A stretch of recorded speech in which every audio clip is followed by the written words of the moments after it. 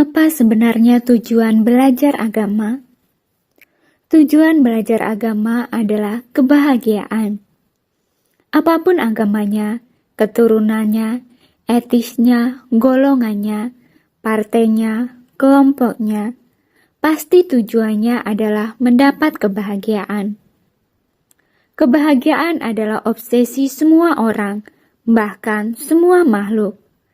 Sekalipun bagi orang yang tidak beragama, semua orang pasti ingin bahagia dan tidak mau menderita. Kebahagiaan tertinggi adalah bebas dari penderitaan.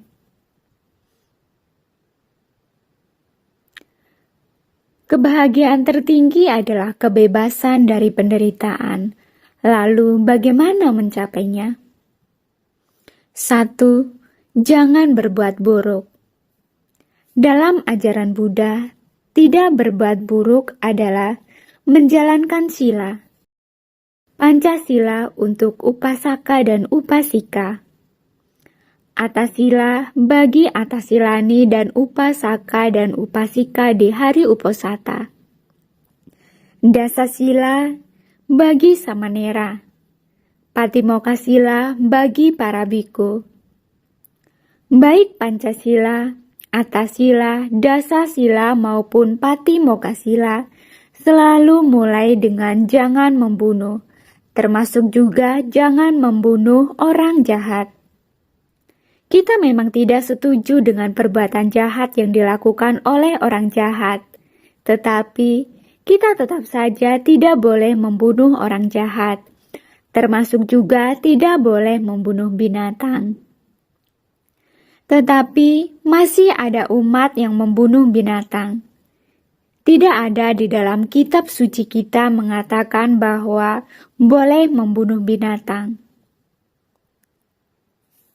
Kehidupan sangatlah berharga. Oleh karena itu, janganlah membunuh ataupun menyakiti makhluk lain. Jangan mencuri. Karena barang tersebut dibutuhkan. Mereka membutuhkan barang tersebut. Oleh karena itu, janganlah kita mengambil barang yang mereka butuhkan. Setialah kepada pasangan. Tidak berselingkuh, tidak menyakiti hati pasangan kita. Tidak berbohong, tidak berucap kasar, menfitnah, atau mencaci maki. Dan juga tidak mabok-mabokan. Perbuatan buruk merusak orang lain dan juga merusak diri sendiri. Jika kita ingin bahagia, maka janganlah berbuat buruk. Filosofis Buddhis adalah untuk mencintai dan menerima semua makhluk, termasuk tidak membunuh merupakan ajaran dasar. Menerima perbedaan, mempunyai cinta kasih adalah menerima perbedaan mereka. Sebenarnya Bhinneka Tunggal Ika syair dari Empu Tantular adalah penjabaran metta, yaitu penerimaan perbedaan. Dhamma yang diajarkan oleh Guru Agung kita yaitu saca atau kejujuran. Kita tidak bisa hidup sendiri, kita membutuhkan orang lain untuk hidup, butuh banyak orang. Dalam bermasyarakat, nilai pertama yang diberikan oleh Guru Agung kita adalah saca atau kejujuran. Cerita pendek ini mengenai ajaran jujur yang menjadi nyata, bukan hanya sekedar konsep. Di suatu daerah, masyarakat Buddhis mendapat bantuan dari saudaranya untuk memelihara sapi. Sapi boleh digunakan untuk membantu membajak sawah, tetapi tidak boleh untuk disembelih. Jika sapi tersebut beranak, maka anak sapi yang dilahirkan tersebut diberikan kepada yang membantu. Anak sapi kedua untuk yang dibantu, anak sapi ketiga untuk yang membantu, demikian seterusnya. Suatu ketika, sapi induk mati karena terkena penyakit. Pemberi bantuan menganjurkan untuk mengubur sapi induk tersebut karena sudah mati oleh penyakit. Tetapi masyarakat yang dibantu menyarankan agar sapi induk tersebut disembeli dan dagingnya dijual sebagian lagi untuk dimakan sendiri, karena merasa percuma jika sapi induk dikubur.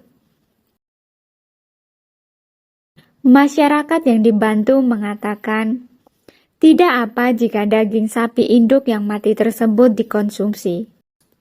Mereka pandai menyebar virus kata-kata. Akhirnya, pihak yang membantu datang membawa dokter hewan untuk memeriksa sapi induk yang mati tersebut. Ternyata sapi induk mati karena makan makanan yang mengandung jarum. Menipu, menutup pintu. Sejak saat itu, pemberi bantuan tidak mau lagi memberi bantuan. Lalu, siapa yang ditipu? Satu, diri sendiri. Karena diri sendiri pasti tahu, meskipun orang lain belum tentu tahu.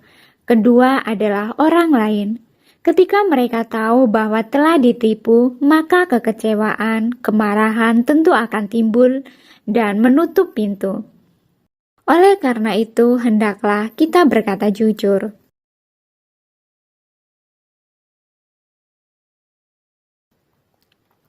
Dua, banyaklah berbuat baik.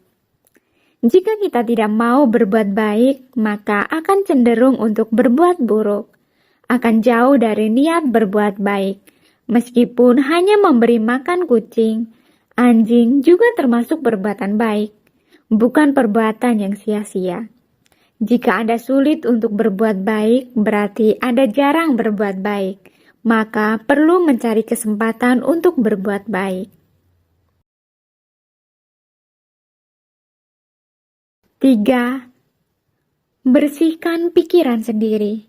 Kita tidak mungkin bebas dari penderitaan kalau tidak membersihkan pikiran kita sendiri dari kekotoran batin. Semua kekecewaan, kesedihan, ratap tangis, kepedihan, keputusasaan, kebahagiaan berasal dari pikiran. Dengan meditasi tidak hanya memberikan ketenangan, tetapi juga meningkatkan kesadaran kita. Kesadaran itulah tujuan utama untuk menyadari kalau timbul pikiran-pikiran buruk. Menyadari dengan penuh kesadaran, itulah jantung dari ajaran Buddha. Tetapi apakah ini hanya pesan untuk umat Buddha? Tidak, pesan ini adalah untuk semua manusia sepanjang masa, karena berharga untuk semua orang, berguna untuk semua orang, tidak hanya untuk umat Buddha saja. Kejujuran, tidak menipu, tidak membunuh, tidak mencuri, tidak selingkuh, tidak mabuk-mabukan, tidak bisa diminta. Tidak ada doa, tidak ada mantra yang bisa diucapkan. Hanya dengan kanti dan wirya, sabar dan berjuang dengan tekun dan ulet, tidak mudah menyerah, serta tidak mudah mengeluh. Itulah yang dibutuhkan untuk maju, untuk mengurangi penderitaan, untuk mencapai kebahagiaan tertinggi. Oleh karena itu, belajarlah mulai dari sekarang. Terima kasih sudah menonton, semoga bermanfaat dan semoga Anda berbahagia.